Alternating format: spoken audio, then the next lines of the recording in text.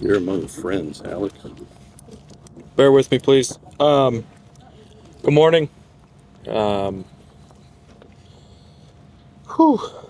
just want to start off by acknowledging my wife, Kayla, who is not only the strongest person that I know, but a support system for me, every bit as much as I am for her. Part of what I'm here to share is on behalf of the both of us, and I will start off by thanking the Dodgers, Andrew Friedman, Brandon Gomes, Doc, the whole coaching staff, and all of my teammates. The amount of support you have given Kay and I has been overwhelming in the best way. We're beyond grateful to be a part of this organization and this family. So many of you have stepped up and have been there for us in a big way over the past few months, and it has meant the world to both Kay and I. I'd like to take the opportunity to thank the Toronto Blue Jays, their front office, coaching staff, and their players for showing us the support. They are a first-class organization, and I just want to say thank you to them. When Kay and I were watching the World Series, we noticed that there was 51 on Louis Varland's hat. I immediately texted Gus Varland, to his brother, and I asked him if I was seeing that correctly. He texted me back right away, and he said, "The Varlands love you, dude. The whole Toronto bullpen has it too. It's bigger than baseball. We love y'all." And Kay and I, we were very emotional. We were super overwhelmed with emotion, and the baseball, the community, the relationships that you make along the way, it showed that it was much bigger than baseball. The outpouring of love and support Kay and I've had over the past few months has been unmatched. We're both grateful to not only Dodger Nation, but the fans worldwide. My DMs messages, my DMs are basically broken on Instagram from all the love and support that we've had. I've tried to read all the comments and everything, and just because it's meant the world, really. We even got a jersey from the LA Rams with all their signatures on it, and that was a surprise and very cool as well. We'll have that framed and put up in our house. The lessons we've learned from this is that life can change in an instant for us. 10 minutes is all it took. Sterling Soul was the most beautiful girl in the world. We got to hold her, change her diaper, read to her, and love her. Our time together was far too short. Kay and I will keep those precious moments and memories to ourselves. I hope that anyone listening can empathize and respect our wishes for privacy as we continue to heal, and as we navigate the ups and downs of a baseball season. Stepping away from the team, the brothers that I go to war with every day, was difficult, but it was also an easy decision because my family needed me.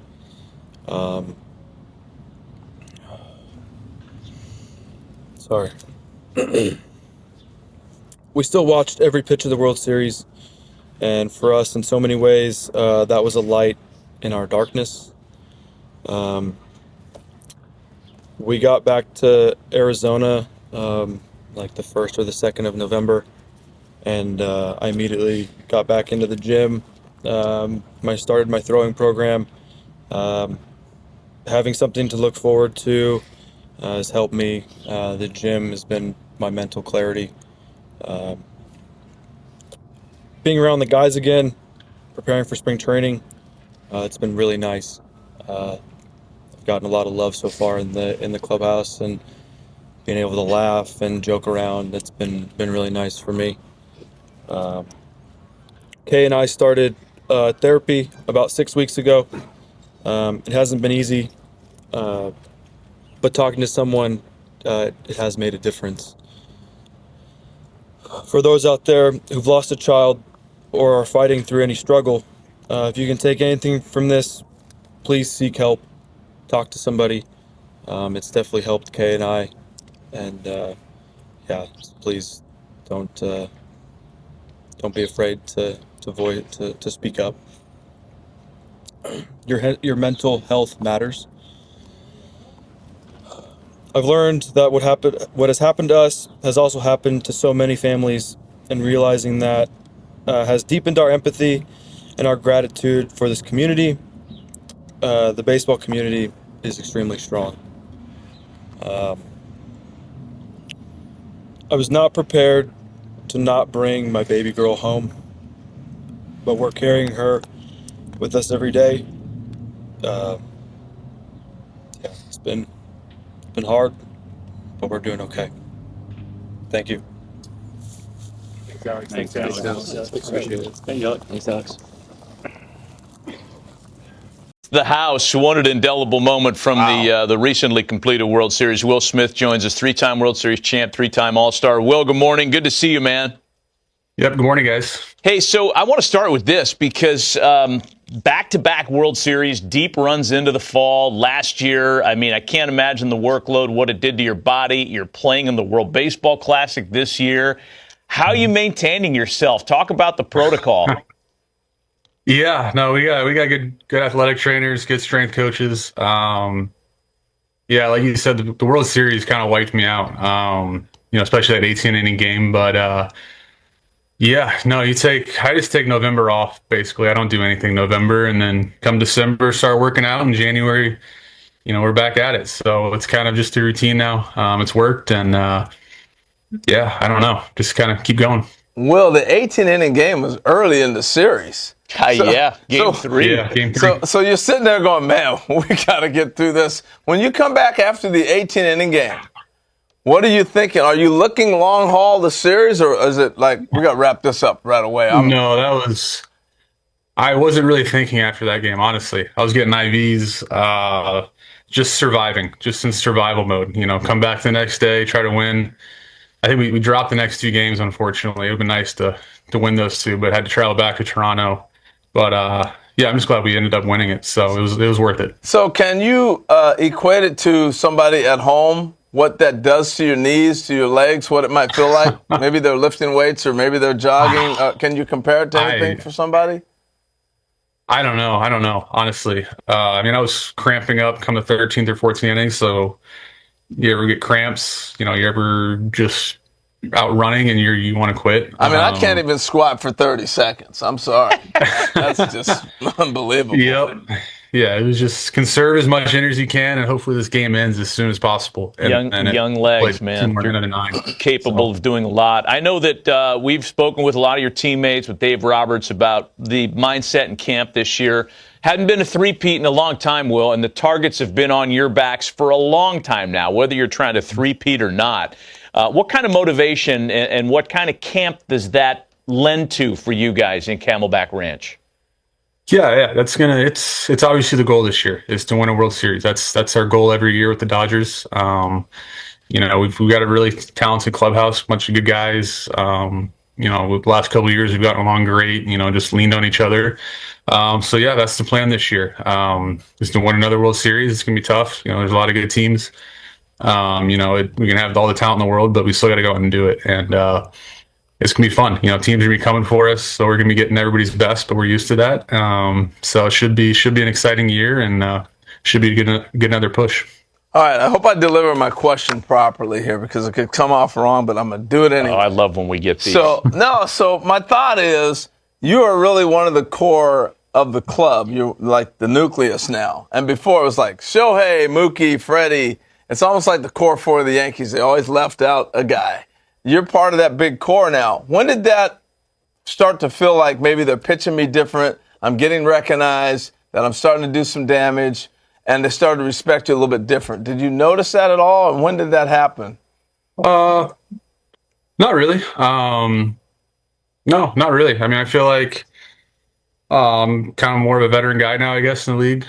Still not as veteran as some of my teammates and all that, and some guys, but yeah, I definitely feel like I've performed pretty well the last few years. The guys in the clubhouse, we just love each other, and so I just do my job. I think guys respect that. Guys look up to me. The pitchers, we have a good relationship with all our pitchers. I think that goes a super long way, just lasting throughout a year and in the postseason, is how well I can, assist them and kind of lead them. So yeah, I mean, I just try to quietly do my job and, let Freddie, Mook, all those guys kind of, be the superstars that they are. Well, you're right in there. But I'm going to ask you about one other superstar. We got about 30 seconds for this answer. When you saw Yamamoto get up in the 18th inning after he pitched, or whatever inning that was, what were you thinking? I mean, it was crazy. I told him after Game 6 when he had just come back again or whatever. I was like, hey, just be ready for Game 7. You never know. And he's looking at me like I'm absolutely crazy. And then sure enough, he's out there. Yeah, that was what he did that whole postseason during the World Series. Just mowing guys down, getting out there. It was incredible. And we needed him. And just for him to go out there and do what he did was so special. And I'll always remember what he did for us. What's the rest of your day look like in camp today, Will? I have no idea. I just finished up my physicals, so those are wrapping up. I'm gonna go catch a little bit. It's kind of like a mess of a day, so there's no real schedule for today. But tomorrow will be, full on schedule and back at it. Well, as we like to tell all the young guys that come on that have to establish themselves in the big leagues, hope you make the club this year, young man. Way to go. Thanks for joining us, Will. Yeah. We always appreciate your guys. time, man. Enjoy the rest of camp. Thanks, Will. Great talking to you.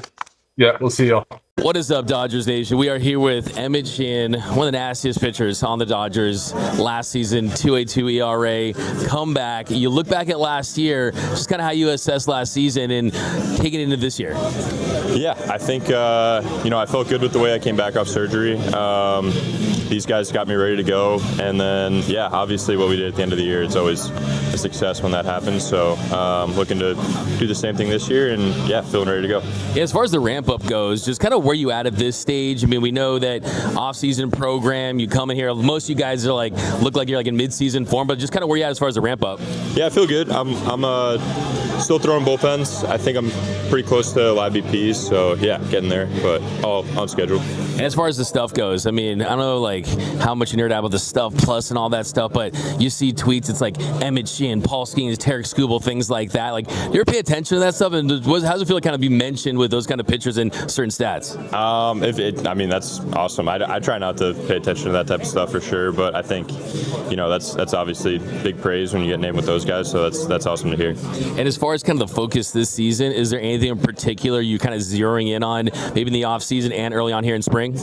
I think just, making sure my body feels good, making sure I'm strong and ready to go for the full season. I haven't had a full season in the big league, so hopefully I can do that this year and, stay healthy for as many starts or appearances as I can get. So. Yeah, and you pitched in 2023 in the postseason, and then you pitched in 2025. You're a big part of it. What does that do for you, knowing that, hey, I did on the biggest stage, was able to go out there and compete at the highest level and win a World Series with this group? Yeah, it was a great feeling. I struggled a lot in both, honestly, but obviously last year early I struggled a lot, and then to be able to kind of figure it out towards the end and get the hang of the bullpen a little bit more and know that I can contribute in different ways was a great feeling.